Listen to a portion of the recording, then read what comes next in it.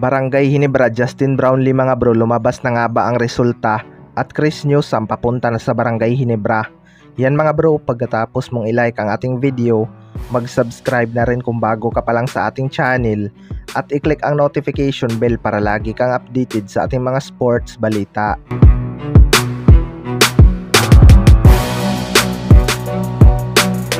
So isa nga itong Barangay Ginebra sa mga nagpapalakas ng lineup ngayong season mga bro. Kinuha nga nila ang free agent na si Maverick Ahanmisi para pamalit kay Jeremiah Gray na may injury. Although nakakapag-ensayo na itong si Jeremiah Gray pero hindi pa nga ito 100% healthy. Nagbabalik na rin itong si L.A. Tenorio mga bro matapos niyang malampasan ang kanyang pinagdadaanan.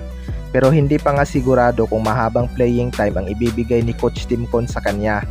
Pero ang isa nga sa mga inaabangan ng lahat mga bro ay itong si Chris Newsome kung mapupunta ito sa Barangay Ginebra. Matatandaan na gusto nga nitong mag-explore sa kanyang free agency at hindi malabong magkaka-interest ang Barangay Ginebra sa kanya dahil gusto nga ni Coach Tim Con ang mga ganitong player mga bro na maaasahan sa depensa.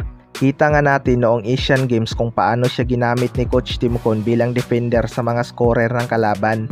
Impressive talaga ang kanyang naging performance sa world stage mga bro. Kaya malaki ang kumpiyansa nitong mag-explore dahil panigurado marami talagang team ang magkaka-interest sa kanya. Sa kabilang banda naman mga bro, Justin Brownlee, lumabas na nga ba ang resulta?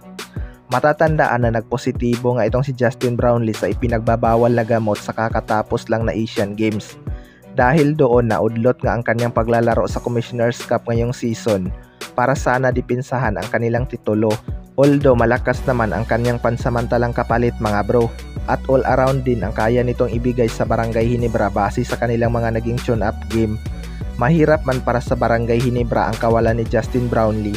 Kailangan nga nilang mag-focus ngayon at hintayin na lang ang magiging hatol kay Justin Brownlee. Kaya tanungan ng karamihan ay kung lumabas na ba ang resulta ng apila ni Justin Brownlee. Well, nasabi na nga ni Coach Tim Con mga bro na baka next week ay lalabas na ang kanyang hatol. Pero sa ngayon nga ay wala pang statement na may resulta na ang kanyang apila. Kung mayroon mang resulta mga bro, ipapublic naman siguro nila yun kung ano man ang magiging hatol kay Justin Brownlee. Ipagdasal na lang natin na magiging maayos ang lahat para in case na kailangan ng Barangay Ginebra si Justin Brownlee ay makakapaglaro agad ito. Iba pa rin talaga ang kumpiyansa ng mga locals kapag si Justin Brownlee ang kanilang kasama dahil malaki nga ang tiwala nito sa mga locals at binibigyan niya talaga ng kumpiyansa ang mga ito at alam nga ni Justin Brownlee kung kailan siya kailangan mag-take over. Kayo mga bro, ano masasabi nyo tungkol dito?